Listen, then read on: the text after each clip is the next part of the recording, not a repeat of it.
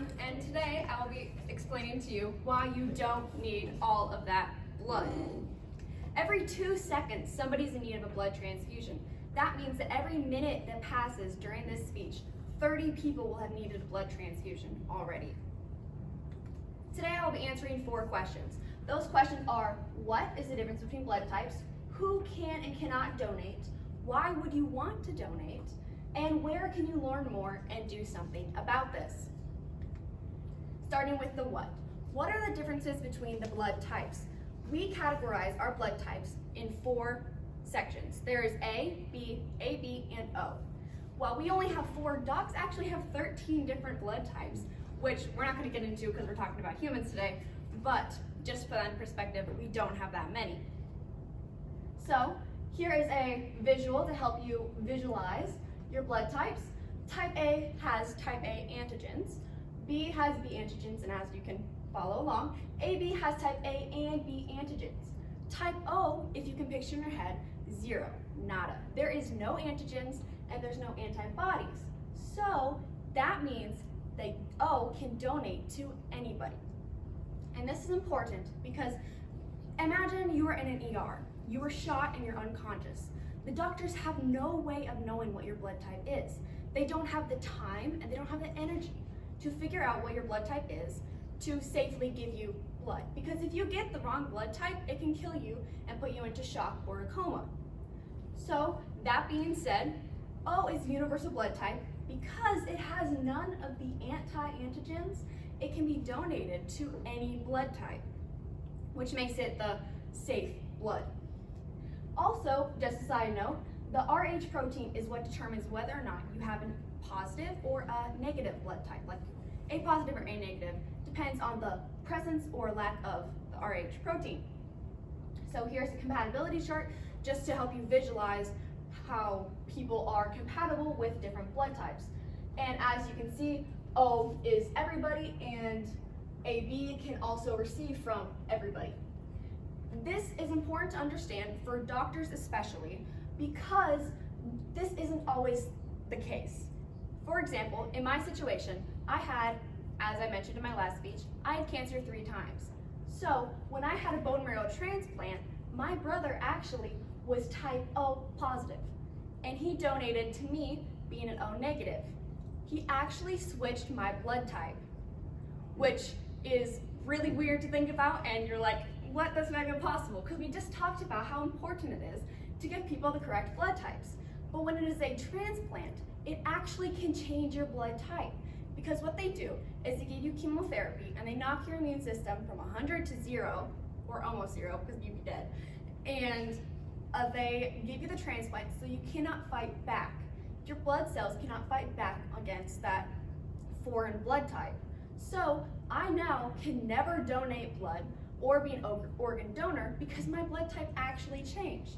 And if you take a look under a microscope, my blood actually looks like it has guy blood and girl blood, which there is a difference, which don't get me started on that. It's weird, believe me. And this is just a graph to help you visualize the how common the blood types are. And as you can see, this number right here is very, very concerning because O negative, as we just talked about, is the universal type. For all emergency situations, O negative is the type that's used because you don't know if you're gonna kill somebody or not by giving them A positive or something like that. We are actually in the midst of a blood shortage, which brings me to my next point. Who can't donate? Who has piercings? Who has tattoos? Hate to break it to you, can't donate blood. But it is not a never situation. It is not a never situation. You have to wait for a certain period of time before you can donate blood. For piercings, you have to wait 4 months after being in a state-regulated facility. Like, for instance, I pierced my own nose. I couldn't donate blood, ever, because I pierced it myself. But if you go to a state-regulated facility, you then can. For tattoos, you have to only wait 3 months before you can donate blood. And again, it has to be in a state-regulated facility. For instance, if you got a tattoo in prison or something, you can never donate blood. And that is because that foreign needle or in your body can increase your risks for getting infections, which can then be spread through your blood to whoever you donate blood to. So that is why. However, there are other aspects that keep you from donating blood. One of which being chemo, which, as I just mentioned, and in my previous speech I also mentioned, I can never donate blood because I've had chemotherapy. Most people who have had chemotherapy can donate blood after a year from their last time that they received chemotherapy. However, I cannot because I had a blood cancer. Other examples are leukemia, Hodgkin's lymphoma, non-Hodgkin's lymphoma, and melanoma.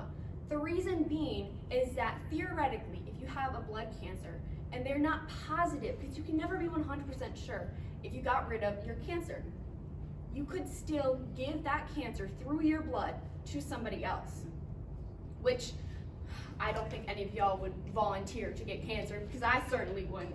So that is why people with blood cancer cannot donate, and that is why I can never donate blood, because I had a blood cancer. Also, fun fact, chemo, the reason being you can't donate chemo for up to a year is because that's how long it takes for chemotherapy to get out of your system. It doesn't just go away after a week or something, it can be in your system, which also can be radioactive for up to a year afterward. Which, again, I don't think any of you guys would volunteer to be getting chemotherapy today. That brings me to my next point. Why would you want to donate? I get it, it's needles, you might pass out. My brother passed out. I get it. It's not always a fun thing to do, it can be a waste of your time, why would I do this? It doesn't affect my family. We're in a national blood shortage. In 2020, which I'm sure all of you guys remember, it was a very insane year with COVID. Everyone got scared. Nobody wanted to leave their house, much less leave their house for somebody they didn't even know. So the numbers drastically dropped for donating blood. 1/5 of all of the blood banks in the United States only had less than a day's worth of blood supplies. And only 29% of those blood banks had 1 to 2 days worth of blood supplies.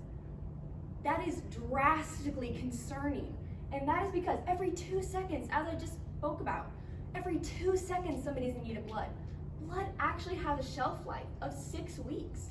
So there is a there's a high concern for why we only have 2 days worth of blood supply in these blood banks. People are dying because nobody wants to go donate because people are scared ever since COVID. There are many benefits to donating blood, like free t-shirts, gift cards, but that's not the only benefit. It also only takes a short amount of time. For instance, if you go to like a blood drive, which we just recently had one at school, which, fun story, a guy approached me from the blood drive and said, hey, we're doing a blood drive, I think you should come donate. And I said, sir, I don't think you want me to. And he said, why not? And I said, sir, I've had cancer. He goes, oh. And I go, I've had it 3 times. He was like, oh. I think I surprised him a little bit. But he said, well, you're the reason why we're doing this. And that is so true, because it is life-saving. It saved my life. When I was in the ICU, I had 4 deadly infections. If I did not receive a transplant of platelets, I would have been dead within the hour. So people like you, who are in the situations to where they can donate, you are in a unique position to save lives. It takes little time, you might get a free gift card or something, but if you're in a situation like me where you can't donate or you're scared of needles or something like that, there's other ways to donate your time. You can donate your time, you can go help out at these events, you can donate your money to help fund these events, and it only takes 56 days to renew your blood afterward. So it's not like you're going to be losing something that you're going to never get back. You will get back that blood, and you can only donate every 56 days. So it's not like you have to go every single day. And that brings me to my next point. Where can I help? As we just talked about, you can donate your time as well as your money. And there was, like I said, there was a blood drive here at school, which I can, if there's enough people willing, I can petition for them to come again during the fall. If y'all hold off on tattoos and piercings until the fall, we can get another blood drive here at school so more people can donate. There's also a blood drive down the street at St. Ignatius Church tomorrow at 11 to 5 p.m. So you can just walk in there. If you haven't had piercings or tattoos within 5 months, you can just walk in there and donate. It's right down the street, 5 minutes away. So there's many ways that you can do that. Also, here's a QR code that brings you straight to the website for American Red Cross, which you can donate. You can find more information on, or if you're just curious or have more questions that I wouldn't be able to answer, this is a resource you can use. So today I've given you 4 answers to the 4 questions I posed at the beginning. What are the different blood types? Who can and cannot donate? Why would you want to donate? And where you can make a difference. Thank you for listening.